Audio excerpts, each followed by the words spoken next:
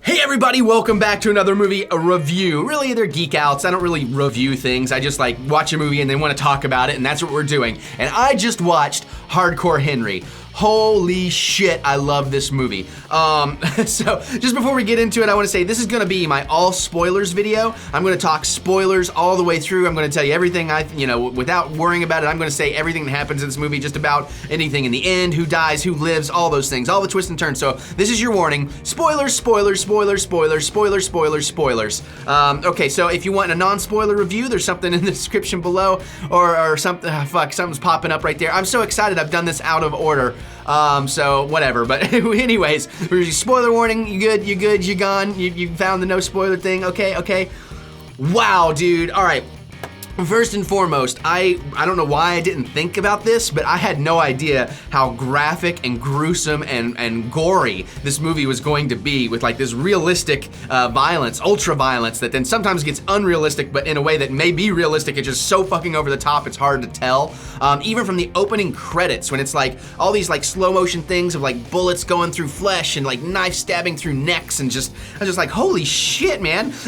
Am I watching The Green Room again? But for the realistic violence, but that was awesome. The first person perspective thing actually worked really, really well for me. I think there's only a moment or two when it got a little blurry or a little shaky in some of the chase scenes, but man, how thrilling it was to kind of experience that first person parkour kind of stuff, and like the action chases and everything. And then like when he's chasing down that first dude he's supposed to rip the heart pump out of, and he's like holding him, he's like, I can tell you something about Jimmy, and then his head just explodes from a sniper. I'm like, what the fuck? That was so fucking cool.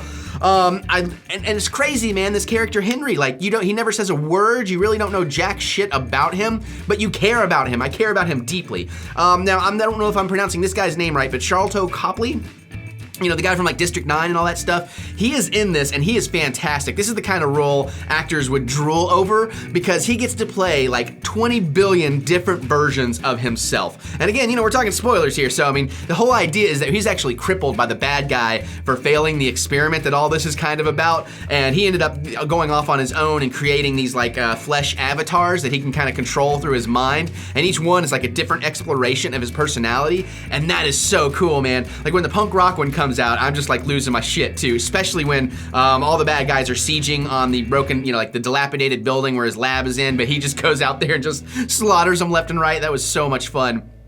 Oh god, but that was so cool. And I love like the military version he plays, because I'm a big Doctor Who fan, like even classic Who, and it really reminded me a lot of the Brigadier, so I was just like, that gave me extra charm and love for him.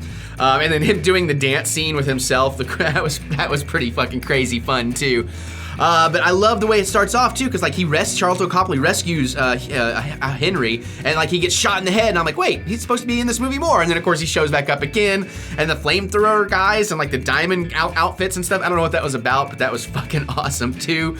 But God, like then the violence, like I said, the ultra violence, like there's decapitations, there's people being chewed up by massive fans, there's throat slittings, there's shankings, there's like gut slashings, there's these, half robot people ripping chests open to get to power cells, and it's fucked up, but it is awesomely fucked up, and it's really well pulled off. Like for this thing to feel like it was all one take kind of deal, there's obviously a lot of hidden cuts and CG kind of trickery going on in there, but it was really fucking smooth, and I loved that, because it was, you're in the moment, you aren't cutting to things, and then this happens where they've set up an effect and rig and all this stuff, so that was just so cool. And even the way it starts off, like he just wakes up and like he goes to the sound people and they're gonna give him his voice, and like you're already in like 2 minutes, you're in love with these guys, and 2 minutes later they're fucking dead in like brutal, gruesome ways. The villain, I think this came out before Batman vs Superman, but it was a little funny because it kind of kept thinking, is this Jesse Eisenberg as Lex Luthor? But this guy was actually really menacing, and I'm not knocking the Lex Luthor thing. I kind of liked it, but to each their own there. But this guy was really cool, and he felt like an anime villain to me, and I really liked that, because he had like these like telekinesis powers and stuff, which were never really explained, if it was robotic implants or anything. I think it might have kind of been, but I'm not entirely sure. But I love that he wakes up and like this doctor is putting them together and saying, you don't remember anything and I'm your wife, and gives him a ring and all that stuff, because that plays in later, and I so didn't see it coming. That was all fake. She's actually is like the lover of the bad guy, and like that's just the motivation, because where the Charlton Copley guy failed was that he couldn't give the soldiers emotional motivation to do things. So this was a way to give emotional motivation, that they're fighting to save their wife and all that stuff, because he's basically taken everything that Henry learns to train all these other soldiers from his experiences and stuff. And I'm like, holy shit, man. But then when you get to that big fucking badass fight at the end, when all those soldiers are coming after him, and the first one Henry actually beats, and then he fucking rips his power cell out so he can have the improved power cell, and then he's kicking all that ass on the roof, and then he gets the adrenaline so he can get the upper hand. That was so cool. And the little Tim Roth cameo at the beginning, and the way that played back in at the end, we got to hear the whole speech, and like, are you gonna lay down there and swallow that blood, or are you gonna get up and make them bleed, kind of thing. And then he goes and he puts the barbed wire. I'm like, what's that? What's he gonna do? What's he gonna do? And it's so that he can grab the bad guy, and when the bad guy like throws him away, he comes with him and sit, and he like rips the bad guy's hand in half and all this. I'm like, oh, this is fucking gross, but I love it. And oh man, and then like the bad guy goes all anime, you know, he's like flying in the air and all the bodies are flying around. Fucking Henry like fucking, you know, jumps like body to body, fucking Frogger style up there to get him, and you know, like fucking slices his head off and shit. That was so fucking cool, man.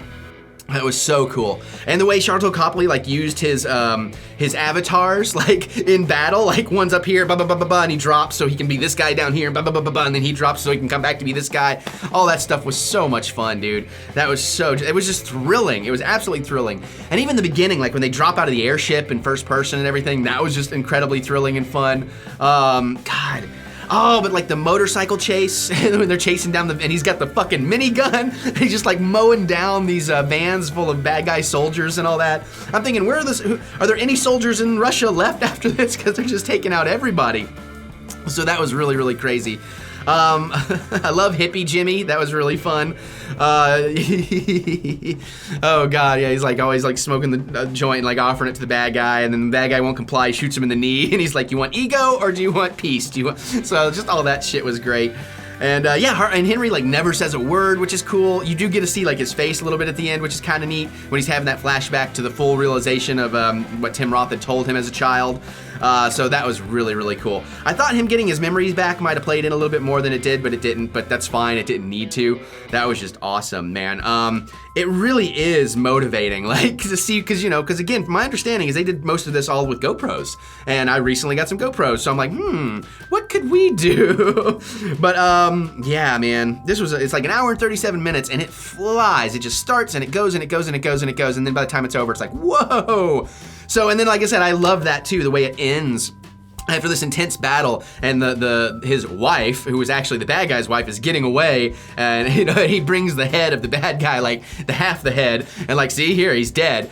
And then like she's hanging on, like she falls, and like she's hanging on outside of the helicopter door, and she's like, oh please, but you love me, help me. And he just looks up and he just whoom, slams the door, and you hear her scream and fall away, and then boom, credits, we're out. It's like, yeah, that's like, it's the old Corman thing. Monster's dead, movie's over, and I love that. It was a perfect place to end.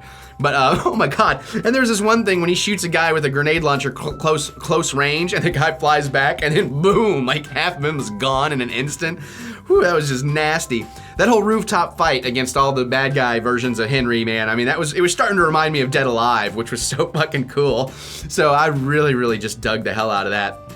I just had such a good time with this movie. Yeah, I don't think I'm glad Mary didn't watch this one. There's a lot more gore and brutality than we were prepared for. She could not handle that. I like it. Initially, it was a bit much for me, but then it kind of gets funny, so I'm okay with it. Because I grew up as a 80s horror kid, so, oh man, that's so cool.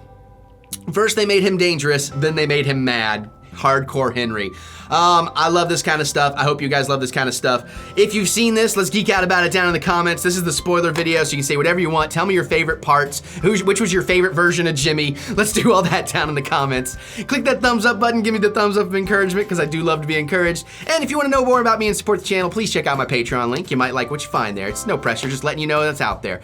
All right, guys, you know what to do, so I'm going to get out of here, and I'll see you guys later.